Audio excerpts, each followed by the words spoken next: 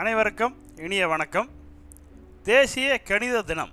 வியப்பூட்டும் கணிதத்தின் அடிப்படையிலான ஆள் உண்மைகளை கண்டறிந்த தமிழக கணித அறிஞர் சீனிவாச ராமானுஜம் பிறந்த தினம் என்று.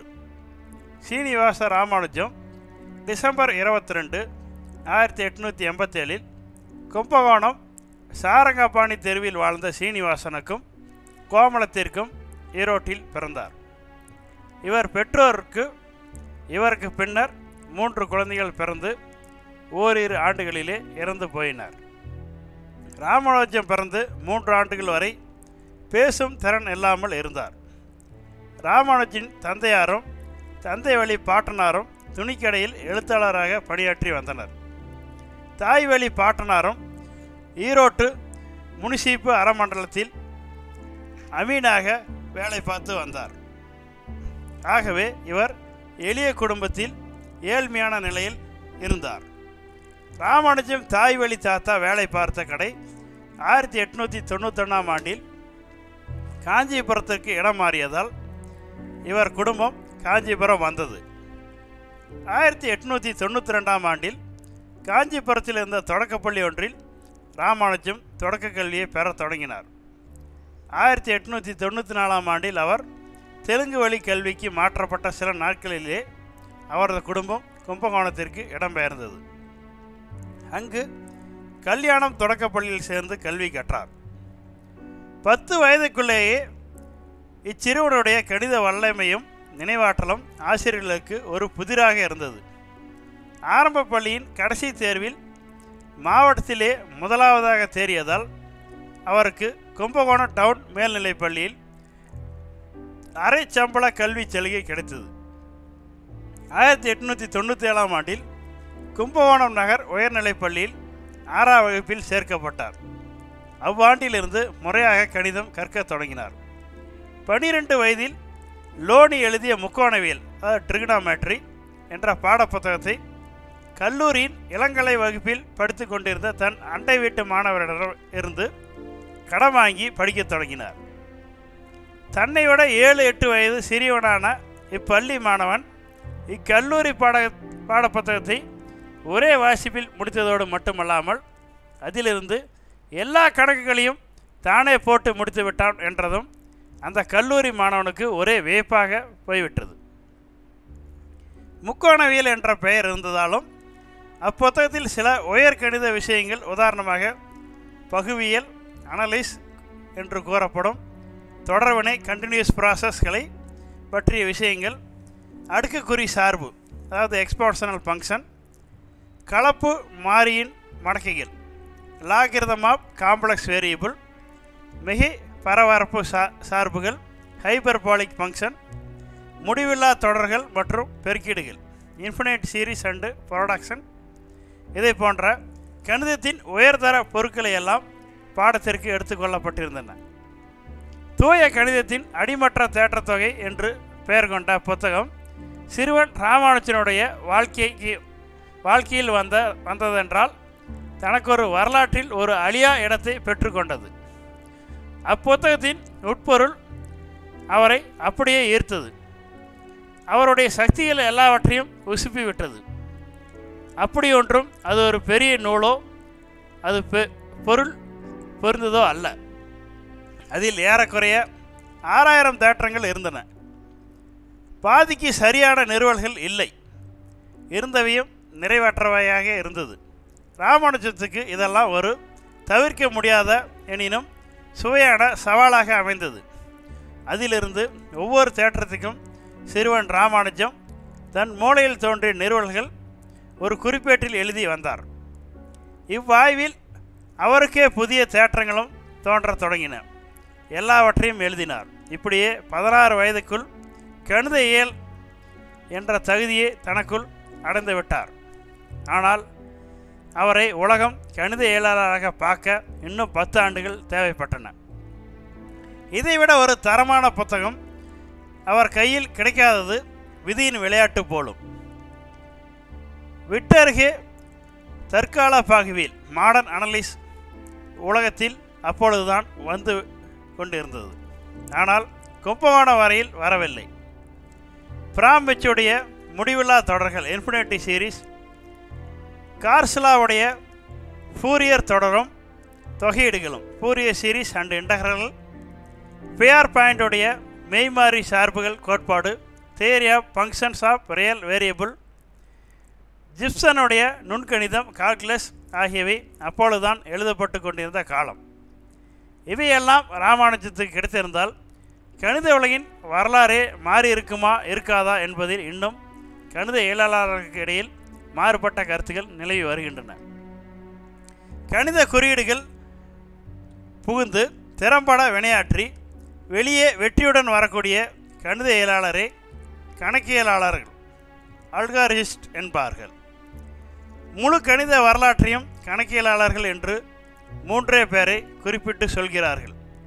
கணக்கியலாளருக்கு புது புது கணித சிக்கல்களை கணக்கிட்டு விடுவிப்பதே அவர்களின் இயல்பு. அவர் கையாளும் உத்திகள் முன்பின் வழக்கமில்லாததாக இருக்கும். வெறும் மாறிலிகளுக்கு இடையே உள்ள சார்புகளை பொறுத்து சிக்கலை இன்னும் கடினமாக்குவது போல் தோன்றும் அளவுக்கு பெரிதாக்கி அரிய மேதைகளெல்லாம் செய்ய முடியாததை செய்து முடிப்பார்கள். தூய கணிதம் காட்டமாக வேண்டும் ஒருங்கல், கன்வர்ஸ், இருப்பு, எக்ஸ்டென்ஷன் முதலிய கட்டுப்பாடுகளை பொருட்படுத்தாமல் அவர்களுடைய உள்ளுணர்வின் போக்கிலே வானத்தில் பறந்து பிரச்சனைகளின் இருண்ட பாகங்களுக்கு சரியானபடி வெளிச்சம் தெரிய செய்து விடுவார்கள். சில சமயம் தவறுதலாக விடைக்கே சென்றிருந்தாலும் அவர் காட்டிய வெளிச்சம் இதர கணித இயலாளர்களுக்கு புது பாதையை வகுத்து கணித முன்னேற்றத்துக்கு முன்னோடியாகிவிடும். விந்தியும் வரலாறும் சொல்லும். இப்படியெல்லாம் இருந்தவர்கள்தான் இந்திய மேதை கணக்கியலாளர் ஸ்ரீனிவாச ராமானுஜம். மற்ற 2 கணக்கியலாளர்கள் லியோண்ட் ஆய்லர் மற்றும் கார்ல் குஸ்டாவ் ஜேகோபி. ஆனால் இவ்விருவருக்கும் கல்லூரி படிப்பின் முழு வலுவும் ஆழமான அடித்தளமாக இருந்தது.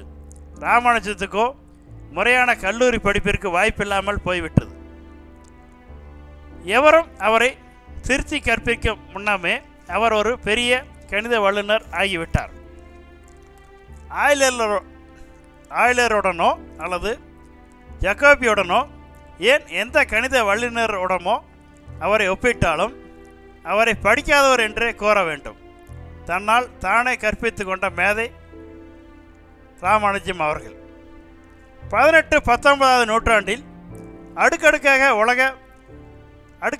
உலகை மேவிய கணிதம் யாவும் அவர் வழியில் தட்டுப்பாடாமலே அவரால் உலகில் உள்ள அத்தனை கணித இயலாளர்களுக்கும் புதிதாக சொல்வதற்கு எவ்வளவோ இருந்தது. 20வது நூற்றாண்டில் ஒரு விண்மீன் போல் அவர் திடீரென்று தோன்றியதும் உலகில் அவ்வப்போது மேன்மையானதொன்று பெயர் பெற்றிருந்த பல பல்கலைக்கழகங்களில் முறைப்படி அவருடைய ஆராய்ச்சி கருத்துக்கள் அரங்கேறியதும் ஒரு சுவையான பரபரப்பு கணித வரலாறு ஆனது. குறிப்பாக அது இந்திய தேசத்துக்கு சிறந்த பெருமையை பெற்றுத்தந்தது. 1903ஆம் ஆண்டில் டிசம்பரில் சென்னை பல்கலைக்கழகத்தின் மெட்ரிகுலேஷன் தேர்வில் முதல் வகுப்பில் தேர்ச்சி பெற்றார். அதன் காரணமாக கும்பகோணம் அரசு கல்லூரியில் FA, அதாவது இந்த காலத்து 11வது 12வது என்று கூறுவோம், அந்த வகுப்பிற்கு சுப்பிரமணியம் உபகார சம்பளம் பெற்றார். அவர் கற்க வேண்டியிருந்த பாடங்கள் ஆங்கிலம், கணிதம், தொடர் செயலியல், ரோமானிய கிரேக்க வரலாறு மற்றும் வடமொழி. ஆனால் கணிதம்தான் அவருடைய காலத்தையும் சக்தியும் விளங்கி கொண்டது. கணிதம் தவிர மீதி எல்லா தேர்விலும் தோல்வியை கண்டார். உபகார சம்பளத்தை அதையும் இழந்தார். கும்பகோணத்தை விட்டு எங்கோ ஆந்திர மண்ணில் தன்னை இழந்து சுற்றி கொண்டு இருந்தார். ஓராண்டு காலம் கழித்து திரும்பி கும்பகோணம் அரசு கல்லூரிக்கு வந்து சேர்ந்தார். ஆனால் 1905 டிசம்பர் தேர்வுக்கு வேண்டியிருந்த உள்ளாமை சான்று, அதாவது அட்டனன்ஸ் சர்டிஃபிகேட் கிடைக்காததால் தேர்வு எழுத முடியவில்லை.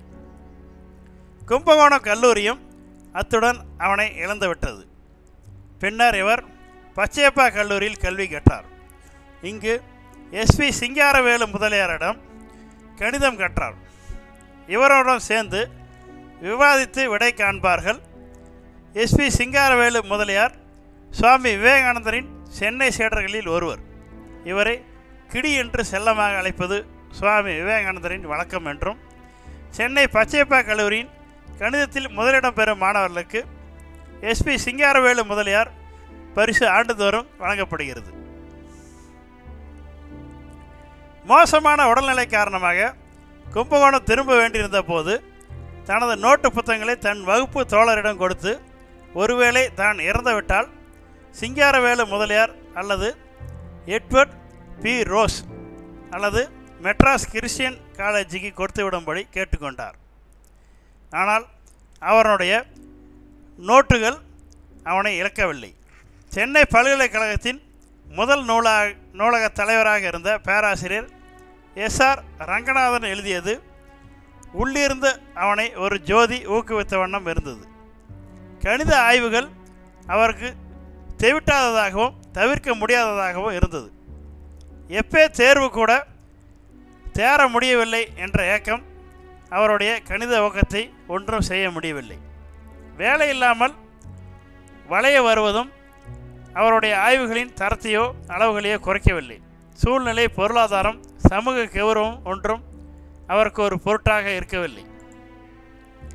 ராமானுஜம் மனதிலும் கையிலும் இருந்ததெல்லாம் விந்தை சதுரங்கள், மேஜிக் ஸ்கொயர், தொடர் பெண்ணம், கண்டினியூஸ் ஃப்ராக்ஷன், பகா எண்களும் கலப்பு எண்களும், பிரைம் அண்ட் காம்போசிட் நம்பர், எண் பிரிவினைகள், நம்பர் பார்ட்டிஷியன், நீள்வட்ட தொகையீடுகள், எலிப்டிக் இன்டகரல், மிகை பெருக்க தொடர், ஹைப்பர் ஜாமெட்ரிக் சீரீஸ், இவையும் மற்றும் இவை ஒத்த மற்ற உயர்தர கணித பொருட்கள் தான்.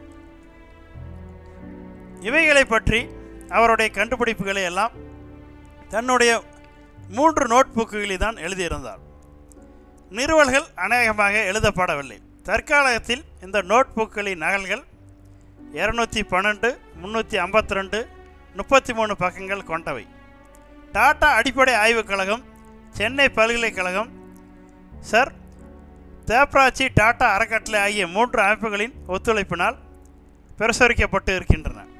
1985 2005 வரையிலும் புரூஸ் பர்ன் என்பவருடைய விரிவான குறிப்புகளுடன் 5 புத்தகங்களாக வெளிவந்திருக்கின்றன. அவைகளில் 3542 தேட்டங்கள் இருக்கின்றனவென்றும், ஏறக்கூடிய 2000க்கும் மேற்பட்ட தேட்டங்கள் அவர் வாழ்ந்த காலத்திற்கு முன்னால் கணித உலகிற்கு தெரியாத தேட்டங்கள் என்றும் சொல்கிறார் புரூஸ் பர்ட். சீனிவாச ராமானுஜம் தனது 22வது வயதில் 9 வயது நிரம்பியிருந்த ஜானகியை கைப்பிடித்தார். 1910 இந்திய கணித கழகத்தை பற்றி கேள்விப்பட்டார். இதற்கு 3 ஆண்டுகளுக்கு முன்னர் தான் இக்கழகம் இணை ஆட்சியராக இருந்த பேராசிரியர் வி. ராமசாமி ஐயர் அவர்களால் துவக்கப்பட்டிருந்தது. ராமானுஜம் அவரது உதவியை நாடி திருக்கோவிலூருக்கு ஓடினார். 1911 இந்திய கணித கழகத்தின் ஆய்வு பத்திரிகையில் ஜேர்னலில் ராமானுஜத்தின் முதல் ஆய்வுக் கட்டுரை பிரசுரிக்கப்பட்டது. இதற்குள்ளாக சென்னை துறைமுக அலுவலகத்தின் தலைவராக சர் பிரான்சிஸ் ஸ்பிரிங் என்பவருடைய ராமானுஜத்தை பற்றி கேள்விப்பட்டு அவரை பற்றி விசாரிக்க தொடங்கினார். துறைமுக அலுவலகத்தில் ஓர் எழுத்தார் கணிதத்தில் சாதனை புரிந்து வருகிறார் என்ற செய்தி பரவலாக சென்னை கல்விக்கூடங்களில் பேசத் துவங்கியது. மே 1, 1913 முதல் ராமானுஜம் சென்னை பல்கலைக்கழகத்தின் மாத ரூ. 75 சம்பளத்துடன் ஆராய்ச்சியாளராக நியமிக்கப்பட்டார்.